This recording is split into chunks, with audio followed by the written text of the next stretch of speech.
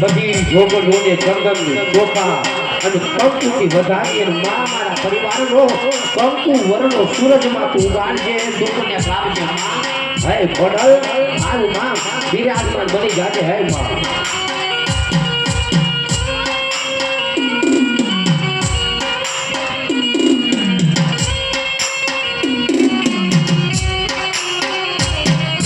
ચુંદડી ઓઢીને મારી ખોડલે માની સિરા રથમાં બેસીને મારી મગરે સવારી થઈ ખોડલ માની સિરા